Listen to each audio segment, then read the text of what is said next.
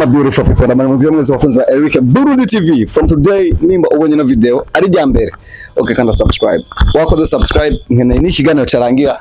Commentaire yawe kugira ngo ishobore kumenya mbe ikiganiro wakiriye gute. N'umunsi ndi muri atelier. Aho ngira nyage n'abafundi basanzwe bakora impuzu. Mfise ibibazo byanje dutegereza gutahura. Ndibaza namwe benshi murabyibaza.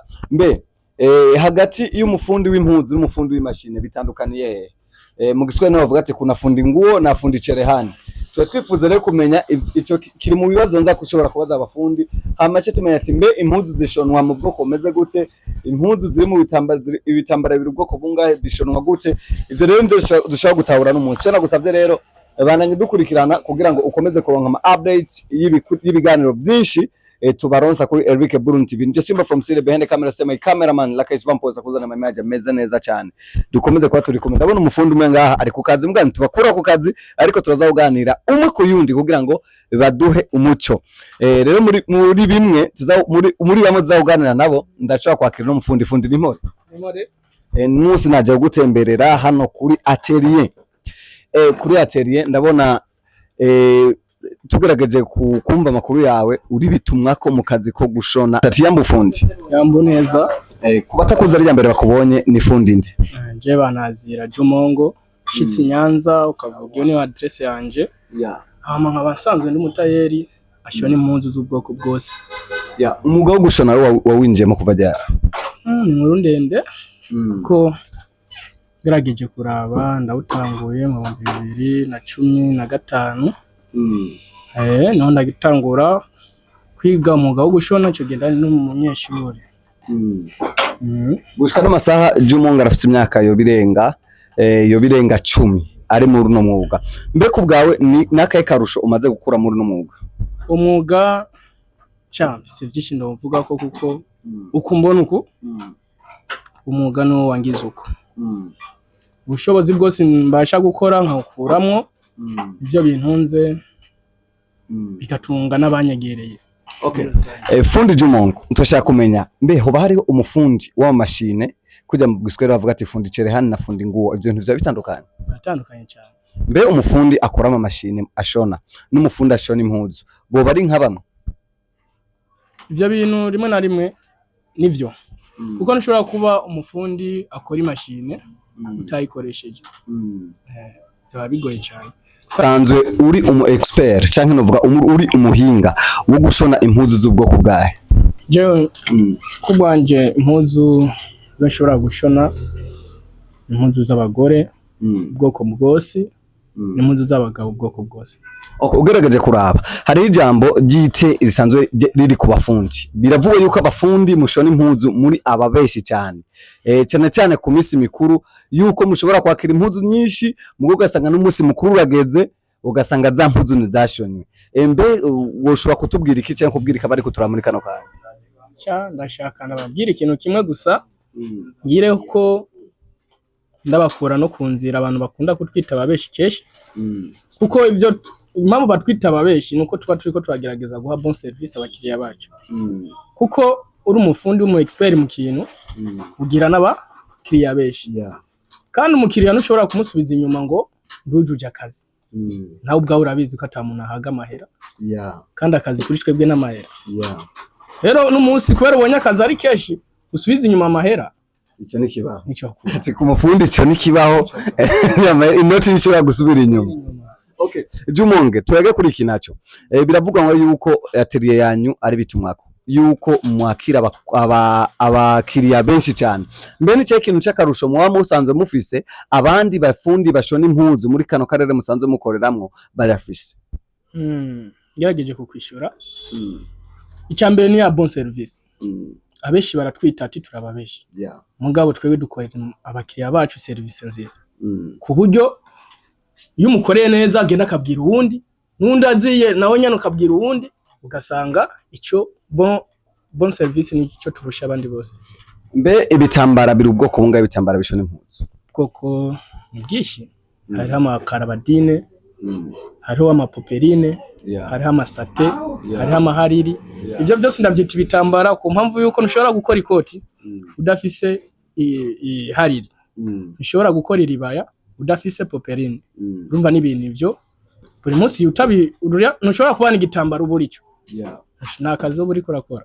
Mbe akarorero wowe ko kwigishije umwuga akagutuma uja mu mwuga niwe yakwinjijemo kubikunda canke nawe wari usanzwe bikurimwe mu maraso yawe? Sindobesha cyo genda vyibuka ndavyibuka kweri ndari nkiri muto ahantu ndakorera akazi kanje ka misi yose hariho atelier ya gushona. Rero jewe ndaradandaza ico gihe numva atabakiriya ndacanja guteramira kuri atelier nkisanga nyene ndi ku machine ndi gukanyaga musi umwe umufundi umwe arambwira ati sha ndabona ufise umuhate wo kushaka kumenya gushona ndakwigira inzo kwigisha kubera mbonye ufise umuhate wo kugomba kubimenya ku buntu. Jewe banyigishije ku buntu. Okay, reka tse kuri iki naco ni jambo nyareke ushobora kubwira urwaruka ruko tura muri kano kanya abenshi basanzwe batijukira umwuga wo gushona nakaye kamo ushobora kubatera? Ndagomba ndababwire nk'abantu banzinga Nyanza rake sha nta indi business nkora uko bombona kose cyende umutayeri kandi abigize umwuga nivyo bintunze nivyo bintunge na famille. Ikirenza aho ndaba ndakunda beshi umuntu wese azi ugwaruka ashaka kubaho neza muri kazoza canke agomba kuzogira ico yimarira amarire n'abandi yogerageza kwiga umwuga. Okay, tuze kuri iki naco ije umuntu utashaka tuze kuri iki bivuga yuko umwuga wo gushona uri mu myuga yirukirwa cyane n'abana babigeme kubera iki nawe uri umwana w'umuhungu wayirukiye? Oya, umwuga wo gushona si wabigeme. Oya mugabo avuga ati wowe ufata inomero ya mbere. Impamvu bafata inomero ya mbere uzokibabaza ico kibazo. Okay, nawe shaka nakubaze uri umuhinga wo gukoresha machine z'ubwoko bumeze gute? Ndashobora gukoresha butterfly, juki, ni singere byose kuko butterfly, singere, citizen izo ni machine zishona ibintu bimwe ordinaire urumva zikora ordinaire ico bita ordinaire bisanzwe. Okay, project ufise umugambi nyabaki ufise bivanye kuri uwo mwuga wawe ni wahe mugambi woba warateguye mu buzima bwawe uvuga ati ejo hakazogera ndafise kuzofata nkagora umugambi wanje ukunka ukora ukaugenza kugira nzoshika wewe witeguye gute? Ndamutse ndose sponsor ikintu cya mbere ndumva ndokora ndumva kugurura ishure nkaguriramwe ama machine nigisha ugwaruka gushona. Okay, reka twe kurangiza ariko tutararangiza na nshaka kumenya Fundi Jumongo imyaka umaze ushona ni imyaka mikeyi nimba ari umwana no masaha abazayiga mu wa mbere mu wa gatatu kuri wewe nice kintu ubona ati iki kintu no kironka no heba umwuga wo gushona? Ntacyo mbona ndoronka ku buryo ndoheba ahubwo naho ndokironka ndumva ahubwo ndokongereza. Murakoze cyane. Yego namwe murakoze. Eyo ndakubaza ibibazo. Kije banyita Papination Design gusa Nyanza zina bazi cyane ni Ismail Suma muri make. Je mu bisanzwe ubuhinga bwo gushona sindibanura impuzu. Ariko hari wambwiye ko uri umuhinga cyane mu gushona amakoti suti z'abagabo. Aho yani ahongeza aho rero niho nambari imitamana niho ndiri ndome. Okay, noneho kumengura cyari muto wavyinjiye mu ryari? Tangura gushona sinakubwira. Nibuka kera ndiga mu mwaka wa 4 nka 2015 14 niho novana tanguye kwiga gushona naho nyine sinuvana tanguye kwiga gushona niho natanguye kunja mu gushona. Ego. Okay, tugiye kuri ibi navyo abafundi mushona amakoti amakostime burya costume zoba ziri mu bwoko bungahe? Costume ziri bwoko bwinshi cyane. Niyo wake costume uyishona mu kiringo kingana gute? Costume bivuze zikiringo biravana ukuntu nyene yaba yihuta n'ukuntu aba yarishe. Avuze ati je nshaka yihuta express ya mbere y'umwanya muto imara umwanya ngana gute? Mu amasaha 5 gusa. Amasaha 5 gusa. Costume ni pantaro byose babiheze. Okay, wewe ushobora kwakira abakiriya bangana gute ku kwezi baza bagutura ikibazo c'amakostime? Aho bigeze bararenze ntarabona haruba. Okay, kubgawe niwe muntu wa mbere woshimira mu buzima bwa mwuga wawe usanzwe ukora? Oshimira bivaya no kuvuga ati namushimira gute? oya navuga ati umuntu wa mbere yoba yaragushize muri ibi bintu hamze umuntu wa mbere jewe yamisize muri muzee wanje chamayo wanje nanye narashona okay urumva ni sasa ryavuye ku cuma iyo yari bati kama baba kama mtoto like father like son. Okay kubgawe niwe wifuza gushika ndifuza gushika kure cyane gose sinzi nuko no bivuga. Okay murakoze cyane. Merci. Yambo fundi. Yambo. Ndashaka kumenya mwitwa bande. Jene twemera Imana Dadizera beshi bazi kuri Daddy Master. Okay n'umunsi naje gutembera muri atelier yanyu ndashaka kumenya nawe ino mashini usanzwe ukoresha yitwa gute? Iyi beshi bakunda kuyitwa mashini y'umuyaga nkuba canke y'umuriro.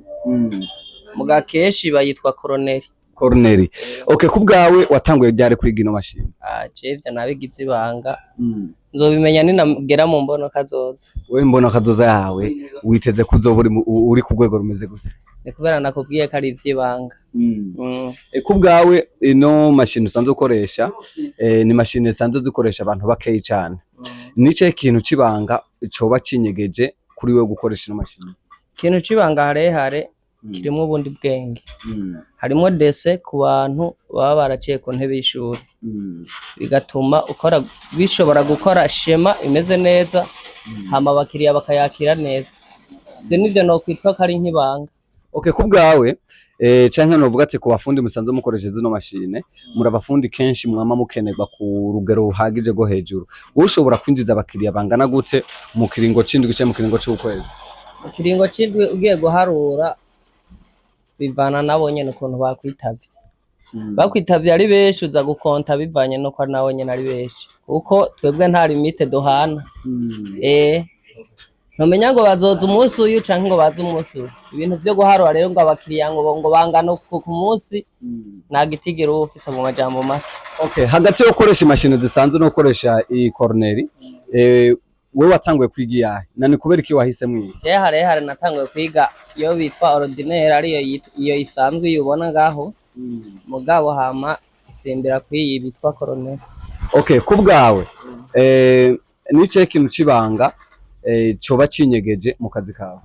Ikintu cibanga cinyegejemo rega kimaze kubibanga urumva kiba casambuza. Banashaka utwibira ibanga bariko turabahari. Kuko hari abakiriya bawe hari abagira bakurondere rero nashaka rero ngaha utubwira ibanga. Ikintu cibanga harehare kirimwo nuko ujya udasetse koresha ingufu zawe. Hariho ugwaruka rwinshi rutijukira imyuga kuri wowe urihanura gute? Cyo ruhanura aho kugira bijukira umwuga. Imyuga ni myinshi mu Burundi.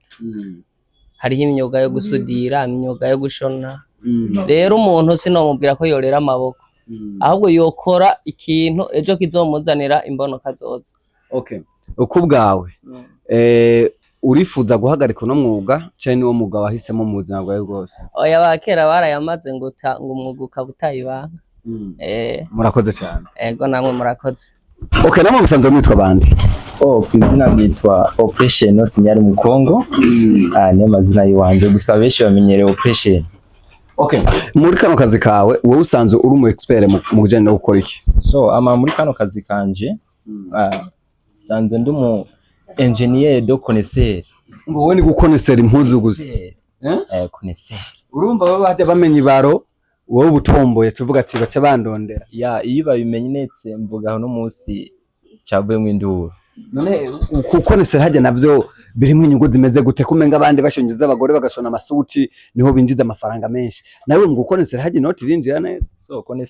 Connaisseur yiwacu ngaha mu bisanzwe ndavuga inakamaro kuko ndavye nka connaisseur yo ngadukora impuzi imwe urasanga ndayiriye ku inoti ya 5 connaisseur yonyene aho ni mu gihe abari connaisseur isanzwe ubundi bwobwo ari connaisseur mvuga ati ninjye amunyu ni inoti ya 10 kuduka urumva yo nico bituma mvuga ati ko ari wa advantage ya connaisseur. Usanzwe ufise umudamu?